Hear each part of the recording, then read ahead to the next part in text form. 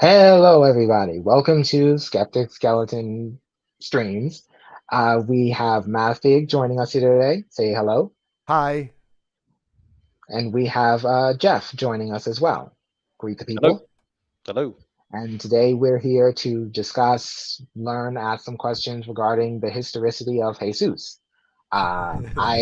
This came about basically because I wanted to do a video on the subject, and essentially I found that there's so much information and the topic is so big that I thought it would be more productive to have a group discussion about it than for me to try to explain everything about it by myself. So that's why we're here. Yes, and I'm doing the producing, so I'm going to try and stop that secondary stream that supposedly is happening. So, hi everybody. Are you trying to Also, track? if there are any technical complaints, I refer all technical complaints to MathFeed. Yeah, it's all my fault. I don't know why there's two. Shouldn't be two. Okay, the other one I'm going to delete forever, and there we go. Hopefully that. Okay, good. That No, hopefully I was Okay, gonna say we're good to that go. doesn't end our evening prematurely. no, Like, no, no, no, no, no. Our evening should still be proceeding as according to. But I'm just going to double check now and go to this. and I'm gonna turn off my camera for just a second. I'll be right back. We Won't should let my Okay. just camera on. have this one. Now, shout out to Keith Newton for letting me know about that. Keith should be checking now that this is the only one live and all's good. Okay, so we're ready to stream then. We're ready to actually do a show. Hey, we can let the games begin. Yeah, so I brought notes. Excuse how dirty my notes were. I made them at work today, so please do excuse my notes. But I brought notes. I think I'm the only one that did research. I I mean, I attempted to did do research a while research. ago. Yeah, Does well, doing research a very long time ago I count? wouldn't Because say it that's was research. It was more refreshing what was going on than it was research. Because I don't know. I know a wee bit about this. You would do too, Jeff. Yeah. oh yeah, I've gotten into this a little bit. I've never been like I said, I've been challenged a couple of times by some theists that wanted to prove me wrong or something because they assumed I was a mythicist. Yeah. But I don't think I ever really have been. I have I've been sympathetic to some arguments from mythicists, but you know I never leaned that way. At least I never committed to it fully. Maybe a few years ago I might have been more inclined to, but yeah, a few had approached me with a few things and some questions. I looked into it a little bit, but that's about it. Well, if I could Yeah. ask skeptic, you have questions, right? What's the Yes. first question that you have? Considering that me and Jeff have done a wee bit, and we could maybe enlighten So, you or fucking try and rest anyway. so one of my first questions, I guess, just is in terms of non-biblical sources for historical Jesus, and that is not to say that the biblical sources are automatically disregarded, but that is to say that they are the most common when I'm investigating the subject. well, So, what are some, if you guys are aware of, are there well, there's any the non-biblical there's references the to two big Jesus? ones. There's Josephus. I think Josephus was what 92, Jeff. Yeah, yeah, Yeah, Josephus in 92, but then he has the one statement that he mentions Jesus and the brother James, I do believe, and then there's the Testimonium Flavium, which has been tweaked, and they don't really believe that now. They think it's been not a forgery but changed. So there is the Testimonium Flavium is all Jesus is the Messiah. He's fucking brilliant. He's wonderful. But they do believe yeah. that that was tweaked later on by Christians, and that's the original part was yes, there's a Jesus. Yes, his followers believe that he was resurrected. Yes, he has a brother called James, and yes, he was stoned. And I think that's all that they can confirm from Josephus. Jeff? Did you say stoned? As in Stoned? high or? Oh, no, no, no, with the bricks, man. You know? But Jesus was crucified, right? No, no, no. Brother James. I think his brother Oh, oh, James was stoned. Dr. Josh, perfect. We oh. only started like 2 minutes ago, Josh. Oh, awesome. Hello, it's nice to meet you. Nice to meet you too. It is. I'm It's the one called Skeptic Skeleton. Excellent. See, Jeff. Jeff How are is you, here. sir? Still trying to justify my worldview, man. Yeah, well, do you Grinding that have out. grounding of instantiation of the necessary preconditions of all intelligibility for the possible and possible possibilities? Oh, you really know Mhm. how to make an entrance, don't you? Like.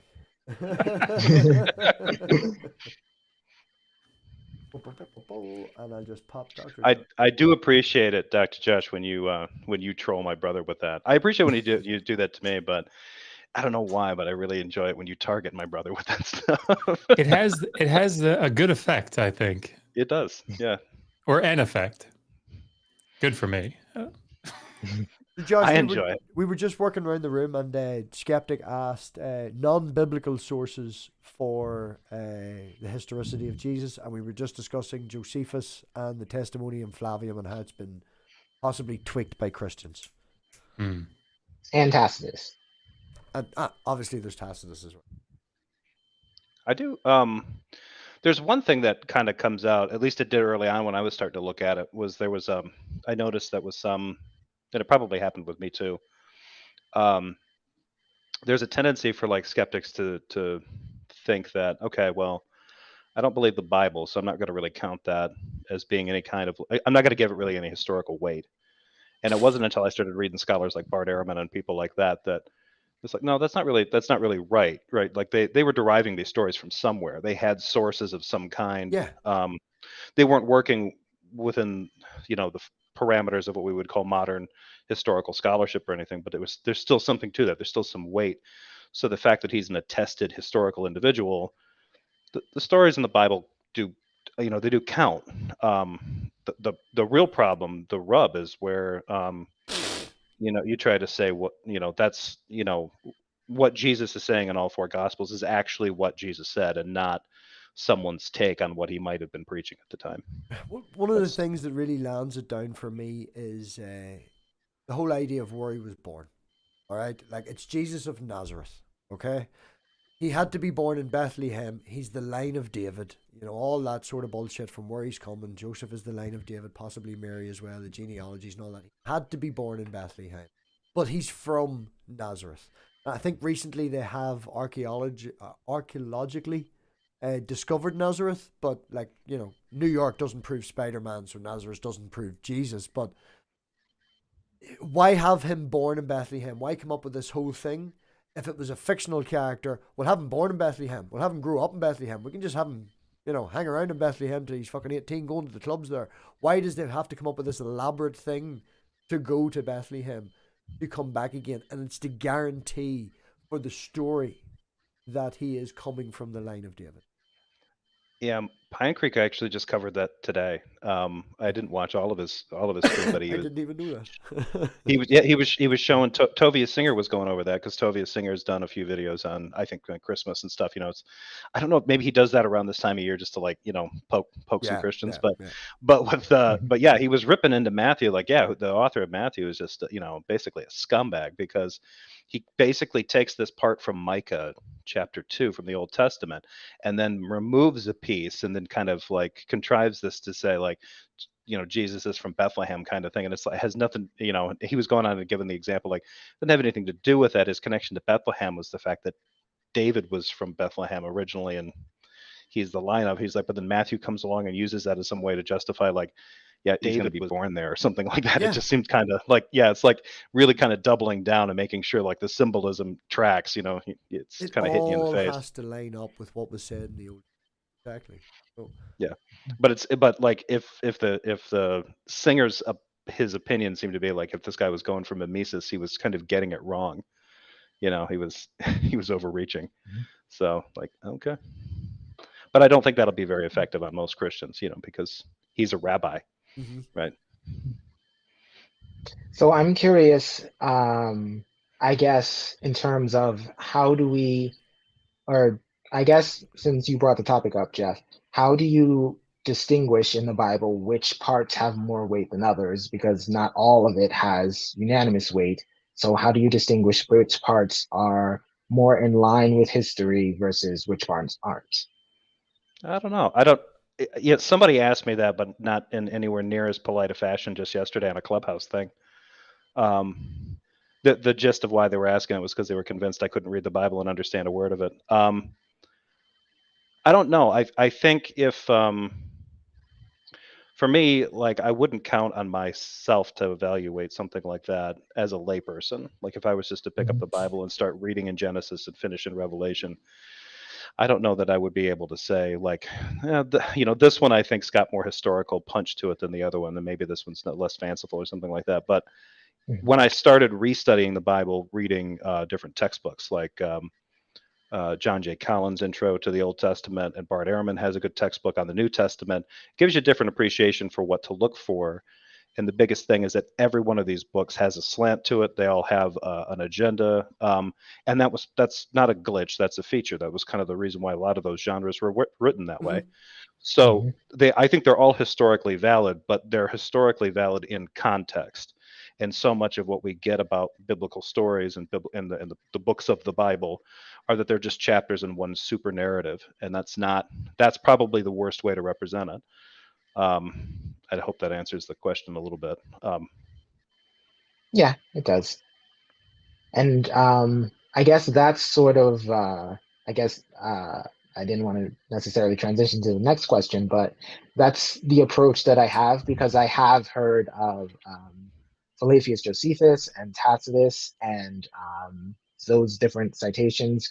My query, or my question, I guess I should say, is I'm not sure how I know that they knew what they wrote. So I know that Flavius Josephus and Tacitus are, at least when they're presented to me, they're well attested. But The when we talk information that about what, the information that they're putting across isn't really what, if you take the testimony and Flavium out of it, it's what they are saying that the believers believe. They're not, so it's not like, I know you understand. It's like, how do they know what they're saying? They know. So it's like we went and talked to a group of people at the fucking concert, AC/DC fans. So I know what AC/DC fans believe about AC/DC, even though I wasn't at the okay, concert, and it's not really my opinion. I'm getting it secondhand. So I've asked 50 of the 100 AC/DC fans that was there what their opinion was. So I rate that down. I think that's the sort of way okay. you need to look at it. Okay, that makes much more sense because when I investigated the topic, people who are in favor, or at least how do I express this? A lot of the Christians that I've come across who are in favor of historical Jesus will use it in not in the way you described. They will use it to say they reference Jesus, therefore Jesus existed, not they reference what the Christians thought about Well, Jesus. it's So 92 AD, so it's at least minimum 60 years after the historical Jesus, the person was dead. So it's got it, which, which is at least, I would sorry. say, second generation. You're not going to have 40 and 50-year-old people of this time period screaming and shouting in protests. They're at home barely alive trying to find some fresh water. You're going to have the second generation here. So it's at least the second generation. They've been grown up upon this. They've been told this, by their parents who are around, so they've experienced a first-hand story. They're now passing it on as at least a second or a third-hand story. And that's only if they're biological growing up from it. They could be friends of Mhm. friends or whatever it could be. But it's possibly third or fourth generational story-wise, if you understand what I mean. Yes, I do. I'm just saying when I was initially, and this is why I want to talk to other people about it because similar to what Jeff was saying with the Bible, I don't necessarily feel qualified enough to go through all of the scholarly texts regarding This the is why we subject brought and the form an expert. opinion. We brought the expert. Yeah, He's just very quiet writing down yeah. notes. He would. And I'm eager to hear what he has to say. But yeah, so I that makes sense to me. I was just saying that I had not heard that expressed in that way before, but that does make a lot of sense to me. So thank you. Well, that's how I look upon it. Mhm. Yeah, I don't think that. I mean, the New Testament, I think, actually gives me more trouble than the Old, because if you get into, and it's sort of weird if you start studying it, if instead of coming at it from like the direction, like if you wanted to go to a church and try to get introduced to like how the Bible works or something like that, it's going to be theology forward. But if you wanted to get into it from sort of a scholarly side, probably want to pick up some textbooks and look at it from that side of things. And what I find is that I'm a little bit like I'm going to slaughter her name, but is it Stavrakopoulos or something? I think that Francesca Stavrakopoulou. Stavrakopoulos, See, yeah. And see, so there you go. she has this great respect for the Old Testament, and then you bring up the New Testament, and she's like, yeah, maybe not. she's a little cold towards the New Testament. She doesn't think, and I find myself, the more I study it, I think the Old Testament, I think it's easier for me to kind of forgive some of the whatever they want to call them, doublets or triplets, the kinds of inconsistencies or whatever. Because there's a with the Hebrew Bible tradition, the Old Testament, there's sort of this preservation of culture and sort of a like a not so much a nation state, but there's sort of a mnemonic device that's trying to be preserved here with us. And with the New Testament, the more you study that, it's still fascinating, but it comes across as this sort of desperate attempt to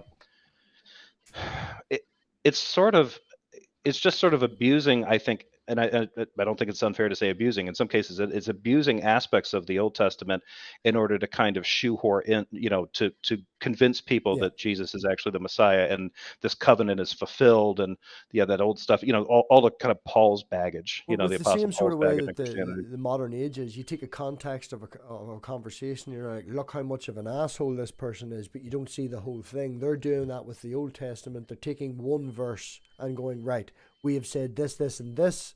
This is a prophecy. This person must be Jesus. But if you go and read the entire chapter, or even maybe 2 or 3 verses either side, it's like, this is about X. This is in reference to this. But they just fucking go, bup, bup, bup, bup, copy paste. Yeah. And I think that's the weirder thing, because if you approach it from the scholarly side of things, they're going to just look at the Hebrew Bible as the Hebrew Bible. But if you ended up approaching like a Christian church and you wanted to learn about that, almost everything that they're going to give you about the Old Testament is going to be about, see, and this points to Jesus here, and this was it was prophesying Jesus arriving here, and then doing this other stuff, and it's like, okay. Look at it from their point of view, right? We are now sitting with a Bible in front of us. There's one there, multiple choices, probably more in fucking Josh's house. We've got the Old Testament, the New Testament, we've got the Jewish version, what do you call it, that begins with a T, the Torah, all these we can get access to them and put them all right down in front of us because we have the printing press. What they did when they were bringing out the New Testament is not a lot of people read. Not a lot of people had access to this, that, and the other. Look at it from the point of view is, I can take this screenshot and that fucker doesn't have the internet.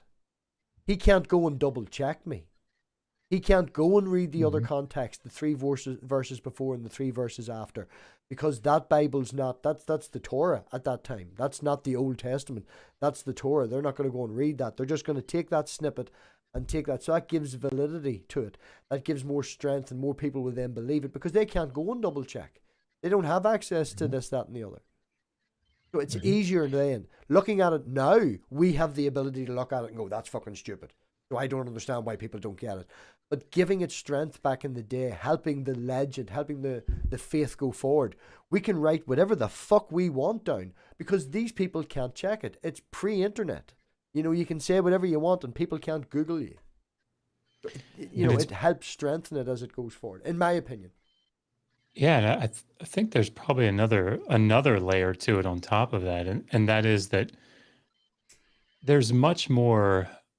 Today we have very skeptical minds, right? This post-Enlightenment. Yeah. Leading up, particularly through the first millennium BCE. And again, my area of specialization is certainly not. This is not my field of expertise, I'm going to kick you. Just move on. It's not my area of specialization. Just say it's not your zone of control. Just change the words a little bit. But there's no question that there's interpretive depth with people have interpretive depth. So the example that I always like to give is there's a story from ancient Mesopotamia, the Assyrians, the Akkadians. It was called the Enuma Elish, and it's this creation story. And it's about the god Marduk. And Marduk, his name is made up of 2 signs, the sign for Kaf in Sumerian and the sign for the sun, Amar Utu. And what they did at the end of this text, because it's all about Marduk, they created 50 different names by playing with the parts of his name. So like if you were to play with like my name and come up with names, Josh is, the one who has the great footwear because he's Joshua, right? Hats. Or Josh has the best hat. Or is it Megan? You just wore them better. right. or Josh is the one of the affirmative because Ja could be pronounced Ya.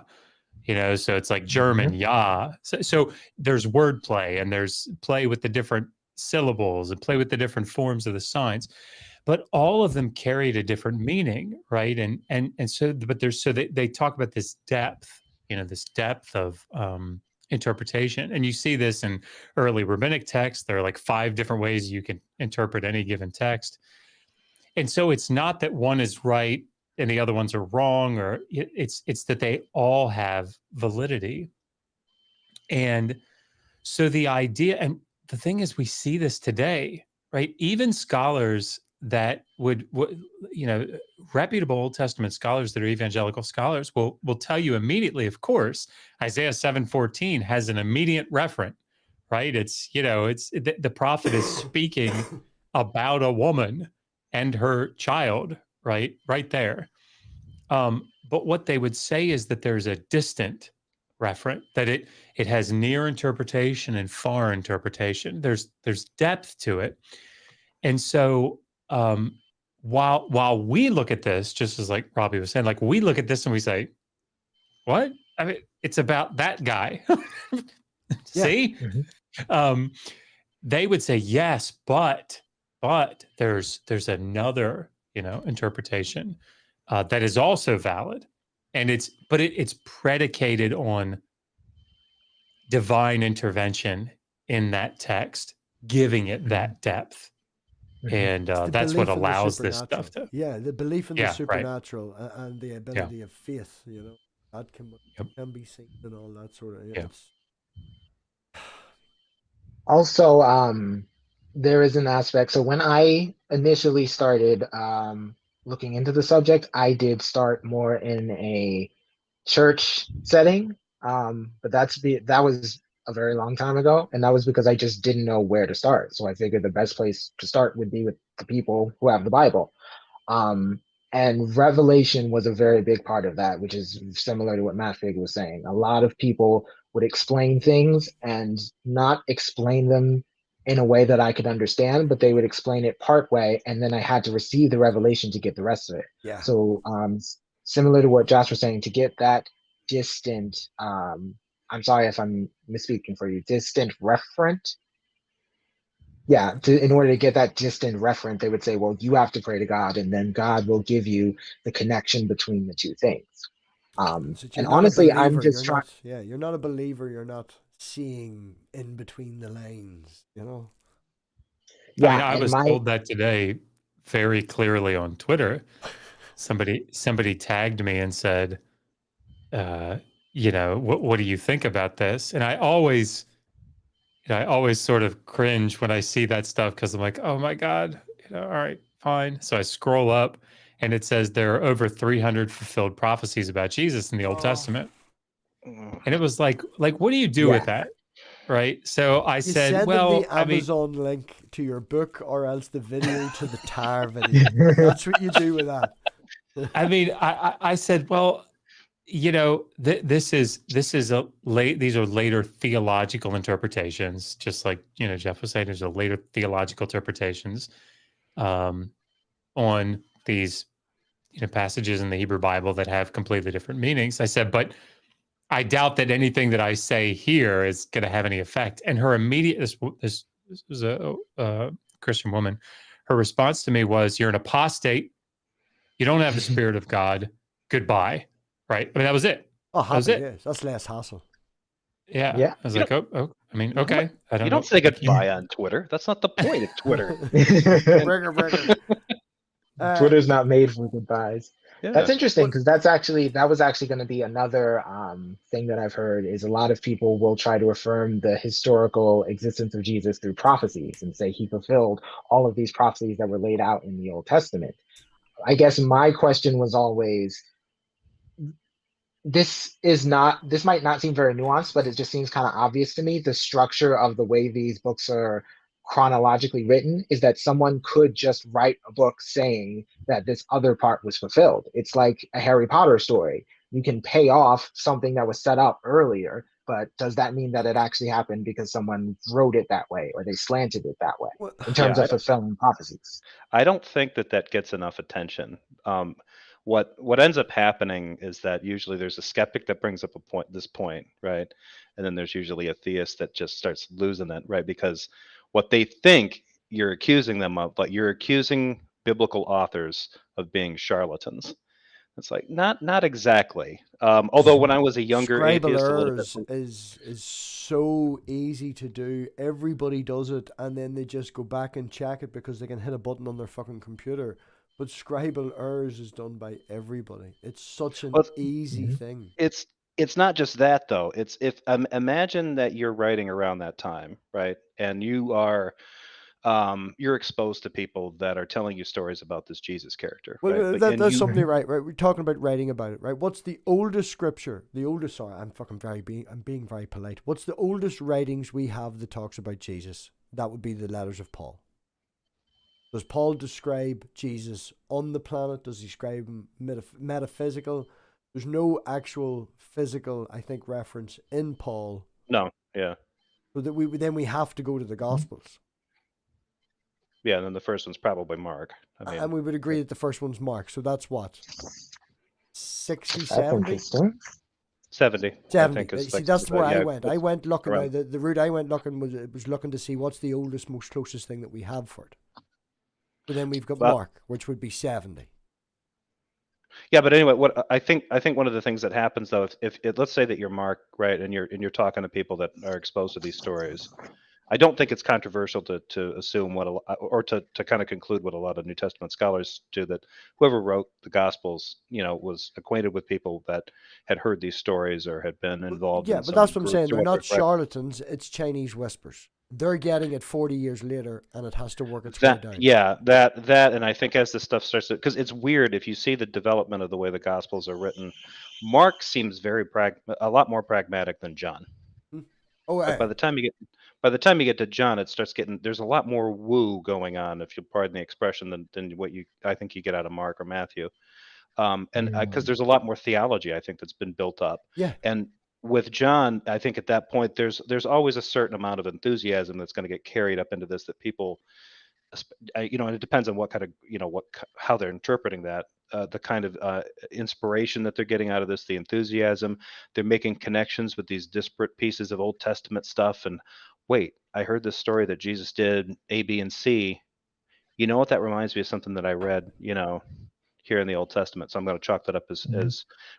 as completed prophecy, fulfilled prophecy or something like that. So yeah, it's Mhm. it's easy to kind of blame them for that. But we do this all the time, right? And I think this is I know I always bring these things back to like modern analogies, but I Best way to just do think it. I think they're clear. I mean, think about if you're in a relationship with somebody and you sense that maybe something's wrong, right? And so you start thinking back through the week and you start thinking about, well, they said this when I asked if they could give me a cup of coffee. That was probably like a hint that they were upset about this.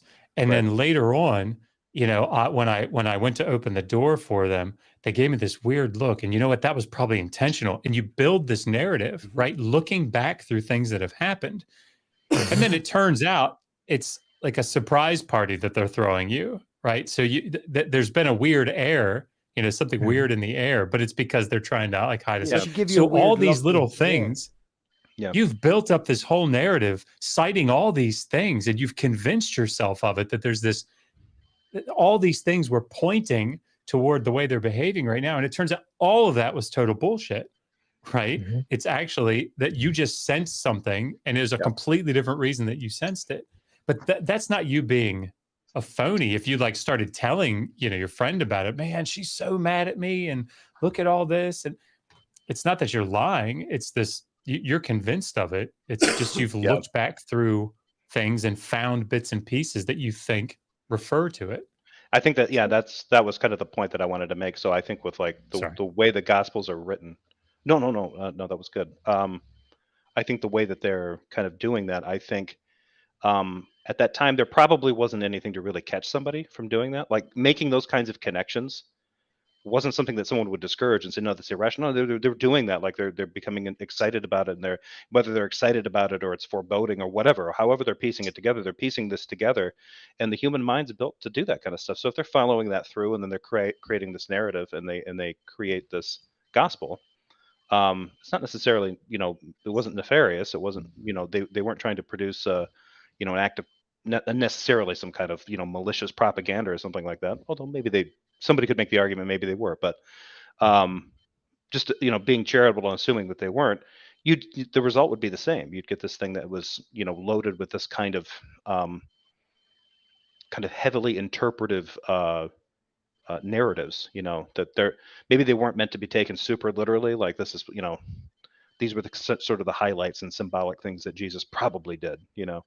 Kind of stuff. So yeah, the idea that we got to blame these people for doing this and for pulling the wool over people's eyes, like, no, I don't think that's it. I think they were probably a product of a culture that was getting kind of whipped up into this stuff, and they were perpetuating it by writing about it, and it just kept snowballing, and it kept kind of careening around throughout the culture, and it obviously changed because the stories that you hear about, even what you kind of see represented in the Gospels whenever they were written. Not to take too much of a tangent, but like the way the Pharisees are described in the four Gospels, they probably at the time that Jesus was actually living probably weren't all that influential. I mean, they were at the time, they were like the largest sect, but all Pharisees were Jews, but not all Jews were Pharisees. And the Pharisees were like the legalistic ones, but they weren't necessarily the influential ones. That would be the Sadducees. But the way when you read at least two of the Gospels, the Pharisees come across as the bad guys. They're the legalistic ones. They're constantly butting heads with Jesus because they're trying to tell him like what he can and can't do. And Jesus is like, no, that's not how things work anymore. That's probably a narrative device that was a product of the time that the books were written. So stuff like that, people kind of lose sight of. Just looking in the chat here, there's something that Jessica's pointed out. The gospel writers were also writing stories that were trying to explain a character, not a biography, which is definitely, it's a nice wee synopsis. Yeah. And I think this brings up maybe a broader point that we were talking about earlier. Like, how do you get down to, what's historically accurate and what's not, and the practice of historiography is, that's the whole thing. And one of the things that I think we have to realize, and obviously all three of you guys were talking about this earlier, is that you can't throw the baby out with the bathwater, right? You can't just say you can't go to either extreme, right? When I was a fundamentalist evangelical, it was I could just hold up your Bible, right? There's what happened. You may tell you, I can tell you, here it is, right? There was a stream recently where like somebody said that. Like, you want to know what happened? I'll just tell you. I'll read it to you. I'm sure there wasn't just one stream where somebody said that.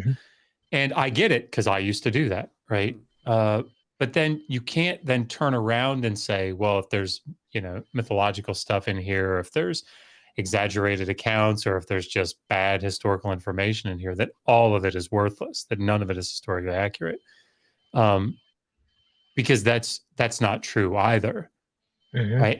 Any more than if two people get in a car accident, here I go bringing it back to modern day, but two people get in a car accident, like there's going to be historical realities in both of their accounts, but both of them are also going to have,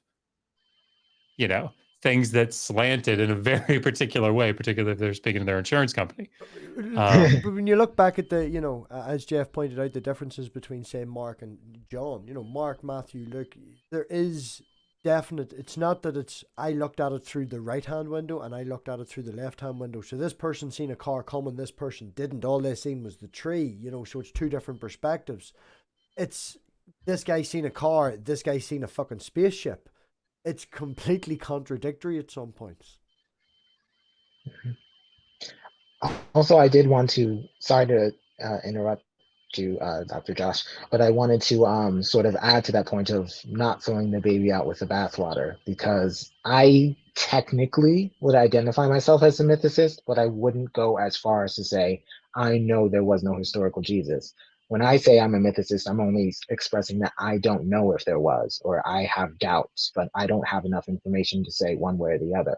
And I did briefly touch on this with like Bible stories, in the sense of like when I was looking for non-biblical sources, that's not because I think the biblical sources are automatically wrong, but that's because I don't know how to distinguish the truth from what's not true in the biblical story. They're So clearly because biased. because I'm aware that there are some parts of the Bible that talk about spaceships, I recognize that I need a mechanism to distinguish which parts are talking about perspectives, which parts are talking about interpretations, and which parts are talking about this is a factual thing that can happen or did happen, excuse me. Well, So if I could give you that's some, just basically my approach, is trying not to throw the baby out with the bathwater. I'm trying to learn the whole story from as many sides. well, And I'm not trying to say that, the Bible is completely inaccurate in every regard. if I That's would not my intention, at give least. some advice on that, skeptic, is to basically just break it down. Look at it, what can be confirmed, what what look at is more probable from your point of view, from a world, reality stance, not a Christian point of view, no supernatural. Look down what you can slam down. Look down what you have confidence in. As I said earlier about the Bethlehem thing to Nazareth, that for me was something that would lean towards there had to have been a man, there had to have been somebody. I Mhm. used to be of the opinion that it was a couple of Jesuses or Jesui or whatever the fuck the plural is. All these stories that came together to create one thing as time went on. It's I just want to it's GZI, all right? Is it Like GGI? Right. Okay. Thank you. I don't know. Right. So I was of that before I did actual, more than fucking YouTube slander research. But what I can Mhm. definitely say now is Jesus was probably a man. He probably lived in first century Palestine. Uh, More than likely was an apocalyptic preacher, the same sort of thing that was going around at the time. A lot of the people at that Mhm. time did believe that the end of the world was coming. They had an apocalyptic thing coming. The end of the world is coming very soon. And I do believe that he died. He had had a substantial enough following that whether Paul hallucinated or whether the other disciples had a group hallucination, it does happen. I know saying hallucination makes people think this thing, but grief and hallucinations and hearing voices, maybe not visually seeing them, but hearing voices is definitely something that happens a lot. And that caught wind, making reference to what I was saying earlier about not having to Google and not being able to double check the First Testament or the Old Testament when the new one comes out, having this and pushing it and pushing it. And we've seen it happen as with Josh, as he says, with modern age. Look at Scientology. How Mhm. quickly it became, I wouldn't say mainstream, but it grabbed big people. So you imagine back in the olden days, if you had the Tom Cruise of the olden days fucking doing it, 1,000 people. You don't just get Tom Cruise, you get Tom Cruise plus 1,000 people. It all Yeah, gives it weight. and that didn't start with a guy named Moses. It started with some guy named Ron, and it still got a following. I Yeah. mean, A good example of this in the modern era, William Prop, um, in his there's a 2015 publication on the Exodus, and it's called Exodus in a Transdisciplinary Approach or something. But he has an article in there, and he at the end of it talks about and I'm going to butcher it because modern history is definitely not my thing, but the Battle of Mons, and uh, apparently the I guess it was the British that were making a retreat, and uh, and on the way back, like the Germans were chasing, and um, they somehow, while fighting going backwards, uh, you know, ostensibly, um, they they still like survived. They had this victory over the Germans. The Germans didn't press their advantage. And a story very quickly spread that these soldiers had seen these superhuman sized beings holding huge bows and arrows, dressed in like medieval garb or something, shooting at the Germans, like covering their retreat, right?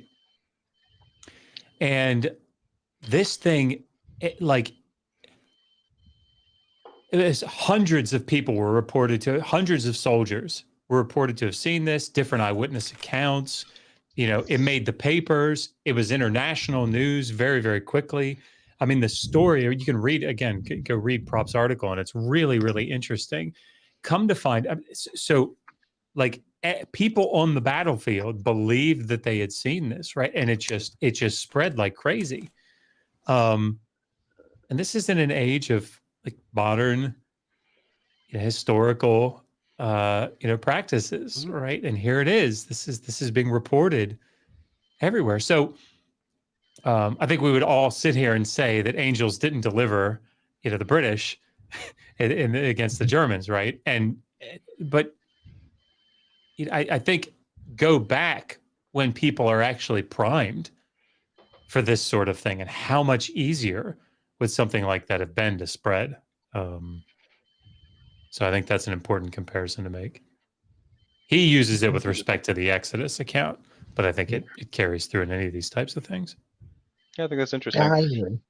I think it's interesting that like what Jesus probably like set off, because like the way, in order for him to really become as influential as he did, if it's true that he was an apocalyptic preacher with a following, and maybe he was actually declaring himself to be the future king of the Jews, and that Israel was going to get its independence back, under him. He was going to reestablish the 12 tribes of Israel with his apostles. Well, that'd make him something of a, like a little local warlord. And so Rome probably would have had a problem with that and would take steps, right? So they kill him. One thing that's in my notes is you can guarantee everything that we've said before. He was a guy, first Palestine, this, that, and the other, and his following got to the point where it was big enough to annoy the Romans and go, look, this guy's getting a bit too big for his boots. Let's knock him down and crucify. And given at the time, they know from other writings around the time that the book of Daniel was very popular, at least narratives about Daniel. And so this apocalyptic message was sort of something that was circulating, and this guy kind of touched this nerve. So whether or not everything is as accurate, I think probably looking back at it, I think Rome was probably a little bit more concerned about him than the Gospels let on.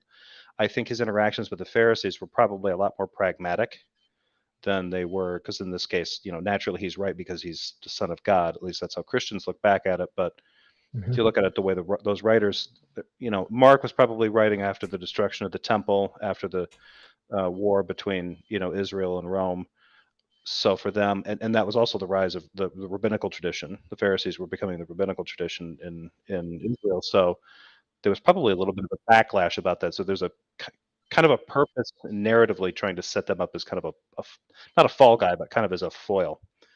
But then Jesus ends up pivoting at least a couple of times. Like if historically this worked out and he got killed, the story managed to get transformed into not a failed political coup, but a sacrifice for the souls of all mankind. Possibly, depending on your theology.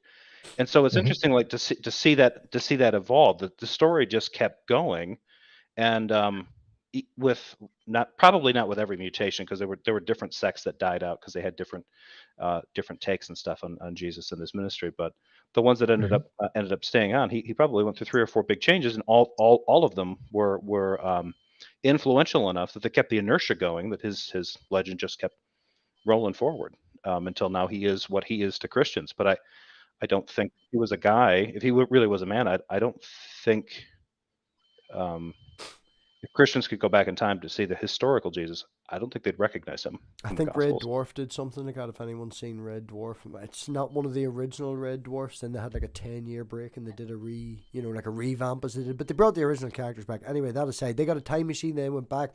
Jesus was sitting at the fucking local restaurant, half pissed and getting picked on. Like it was to make a reference point. It was a completely different person to what the actual books have been made about. Like,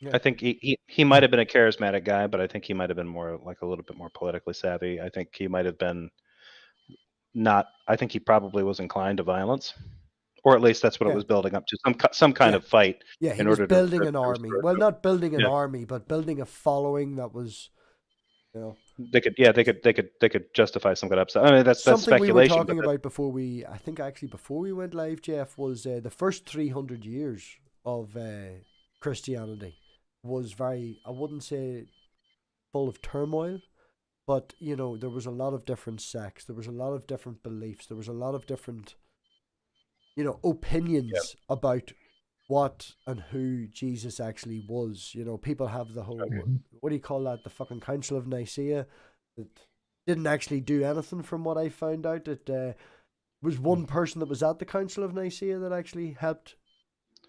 Well, that was sort of where I don't know, whatever it was. I diverge, whatever the fuck it was. Yeah. It was the first 300 years approximately of Christianity was very, we believe this, we believe that. We had a lot of different sects from a lot of different stories. We have, we know this now because of what? The Gnostic Gospels? Nagahamtra, whatever it was, 1945, something like that. They were found. We had the Gospel of Thomas and things like that. Oh yeah, Nagamati Library. Yeah, the Nagamati Library. Yeah. We sort of that come out that shows that there was difference of opinion, that there was a lot of different. It's just because we're literally fucking 2,000 years approximately after this had happened. That's a long time for shit to, number one, exaggerate out of fucking control to the point where people need to step in and go, look, if it keeps going that way, as Jeff was saying with legend building, this guy's going to be splitting the moon with a fucking winged horse in 300 years. We need to chill this the fuck out and slam some shit down. So they come up with what is now known as canon. They have to put it down and put a stopping till it so we can slam it in. And we've had 1,700 years of it being slammed into us. And when you think of it, that evolution continues, right? Because even with following the Protestant Reformation and prediction rightly from some of the Catholics, okay, if you guys get what you want, you guys are going to be at each other's throats. It's not going to stop you. You're just going to have dozens of translations of everything. They were kind of right. They were hyperventilating a little bit because they were losing control, but the idea of the narrative of Jesus coming out of the Gospels really doesn't get changed, but its emphasis does, right? So, and you can see it in different denominations. There's the Jesus that's coming back with a rod of iron to sort some shit out, Texas Ranger style, and then there's the loving, forgiving, mother's fresh baked cookies and apple pie, kind of like everything's cool, man. I'm your favorite hippie. There's all these different versions. Well, that's relying on your congregation, depending on what the preacher wants to tell the fucking congregation. At least 3 out of that, or at least 7 out of that congregation for every 10 is not going to read the Bible, is not going to back them up. They're going to just do what they're told, go on a Sunday, go whatever, and that preacher told me the interpretation, so I don't need to think. A great example of what happens with religious thinking, and this is really kind of a stretch, but if anybody's seen the movie The Mist, it's a horror. I've seen it. Is that the one where they're trapped in the fucking shopping center? Yeah, very, very kind of cheesy movie, but it's really well done. Frank Darabont did it, but based on a short story from Stephen King, and it has a pretty shocking ending. But there's a part where the story pretty much turns around, there's this mist and these creatures are coming out and it's taking over this town, and these people are kind of hiding out in a supermarket, and you don't even get halfway through the movie and you realize that the real threat that these people face is each other. And there's a religious woman in the group, and the things that she says to people, and just tracking her kind of evolution of thought and how it influences people, it's kind of telling. It's an interesting movie just for that little bit. Some people think it's a little overwrought in that case, but it's I don't know. I think you get the right ingredients, the right type of people in a situation that traumatic, that that fraught, that dangerous. You might get something like that. And to see those kinds of evolutions happen with any religion, I think, yeah. But anyway, yeah, historical Jesus. Can you see Yeah, the, I the actually. private chat, Skeptic? Oh, I'm sorry. Have a look in the private, Skeptic. Okay. Not your own privates, the private chat. Still there? Yeah. Okay. Sure. Okay. Um. Oh, I had something that I wanted to say, and then Oh I no, well forgot. then yeah, no, keep going if you have. You get my point though. Yeah, I get your point. Yeah. But yeah, I forgot what I was going to say. If someone else has something to add until I can I'm remember. sorry. Oh, I remember. I remember. Yay. I was basically just going to continue because I grew up in a religious household. So a lot of those ways of thinking were ingrained to me to the point where I didn't question them. And that's kind of what brought about the mythicism thing. It wasn't that, I doubt God, so now I know Jesus doesn't exist. It's just I didn't put any effort into seeing if God existed, if anything they told me in the Bible was real. So it occurred to me that I didn't have a good reason to believe in Jesus either. I just sort of took that for granted because my pastor said so. Um, Yeah. and the presentation of the points that you guys have made here is very different from the points that I've encountered when speaking with Christians. Because I had a whole bunch of notes. I'm not going to go over all of them, but a lot of them have a lot of different reasonings that I think are flawed. Like, what's the one? The apostles died for their belief, and people don't die for something they know is a lie. So Jesus has to be real, kind of thing. Oh yeah, look at Pizzagate. That guy, yeah, that guy that ran into fucking Pizzagate with a gun. I don't think that he believed that was fucking real. He was willing to. People believe and do some fucked up shit. That's some egg on your face right there, and you walk in with your gun, and you're like, "Where are the kids held in the basement?" And they're like, "One, there's no basement. Two, we just came in here to get a pepperoni slice for our kid. So thanks for making things dark, creeper." I heard this was a pedophile den controlled by the Democrats.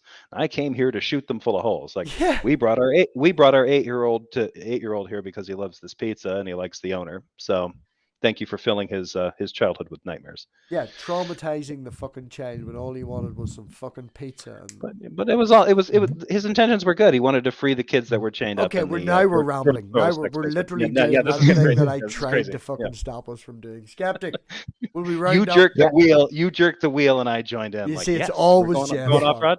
Always Jeff's fault. Yep. I'm ready to round up if everyone else is. Well, I'll ask you a question now. Okay.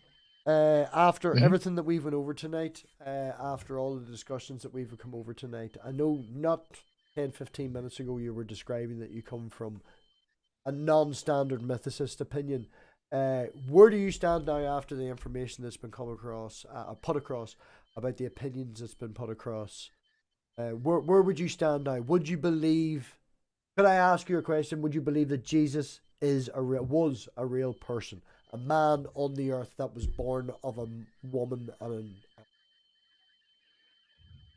I would say I'm still not convinced of that. I have to do my own research on the different type of points. Like I've been taking notes this whole time. So the different points that everyone has Good. referenced, I have to do my own research and look up more about Josephus and Tacitus and different things of that nature. But I'm still at the point where I'm not convinced. I am less doubtful based on everything that's been said. It doesn't seem to be as unreasonable as other mythicists have made it out to be, but I am trying to be intellectually honest with myself and say that I need more time and more research before I, do a 180 on my belief on something. I respect that answer more than if you said yes, he's probably a man. It's the way we want everybody to go. Think for themselves, go and double check. But at least we've put points out. At least we've shared our opinion, so you have an idea of not non-mythicist opinion. But yeah, no, that's a good answer. Appreciate that. Yep. And that actually leads into how I wanted to sort of wrap up. To whatever audience that we may have, one thing that I always try to emphasize, or at least I'm trying to get better at emphasizing, is, and I don't want to speak for everybody, but don't believe us. Don't watch the stream and get your opinions based on us. Do your own research. Look into these things for yourself. Like Mathvic always says, think for yourself. I very much want everyone to look at the information and listen, but at the same time, I want everybody not to just go, well, I'm going to do the same thing I did when I was religious, just now that I'm not religious. I'm just going to believe people just on the opposite side. So that's my closing thing. I just wanted to say thank you everyone for sharing. Keep Thank you for talking the for another very minute. No, respectful. keep talking for another wee minute there. I've got a thing with Okay. work. Keep talking. Okay. Well, thank you everyone for the kind comments and stuff. This was really just brought about by my personal ignorance and inability to like consist and get every argument from every possible side on such a broad topic. But I really appreciate it, and I really appreciate you guys coming out to help a very, very much smaller channel. So yeah, thank you everyone for that, and I think the goal has been achieved, at least for me personally, because I wanted to learn more about the subject in a more neutral, non-judgmental environment where everyone was respectful. And I think that I've achieved that. And not once has anyone tried to convert me to anything. So I consider that to be a great stream. Perfect. Well, I have a wee video that should round it up. As you say, man, I do. Is anyone, sorry, before I do the introduction thing, is anyone else anything that they would like to say before I destroy everything and cut everyone off? I just appreciate you having me on. It's a good discussion. Good to talk to you again, man. Miss talking to you. Soothing voice. Good mic. It's not your voice, it's the good mic. Don't worry about it. That's super good, Mike. Yeah, no, thanks, Skeleton, for having me, wanting me to come on. Appreciate being on your show. It's a good topic. It's a big one too. So yeah, this can get revisited lots of times. So. Yep. And thank you for showing up. Yep. I am. Thank you, Dr. Doss. Thank you. Oh yeah. Yeah, Skeptic, if you're coming about, sub to Jeff, sub to Digital Hammurabi, sub to Jay as well. You'll probably see a lot of Josh on Jay's and think back and forth. So there's a wee group there with the three of them all, and we all hang out and stuff. And definitely it would be worthwhile to get your input. As I said to Jefferson earlier, you're a very analytical thinker, very like Pine Creek, atheist, Josh, if you don't know. I think he was an atheist? Yes. Yes. Yes, atheist. So, a very analytical mind. So I had fun. I very much enjoyed it. Thank you for having us on, Skeptic. And I think we're going to... Thank you. Yeah, perfect. We've got an after party sorted on Jefferson's channel. So Jeff, put your channel link in the private chat and I'll share it in the live chat. And okay. I tried putting it in there, but I don't have mods, so yeah, I didn't think about that. I give myself moderator access because he gave me his password earlier. Okay, right. So on that, I've got this. This should hopefully work. And yeah, thank you very much, Skeptic. No problem. Oh yeah, well it says thank you for watching that. It says think for yourself. Well, that's the point. That's the important message.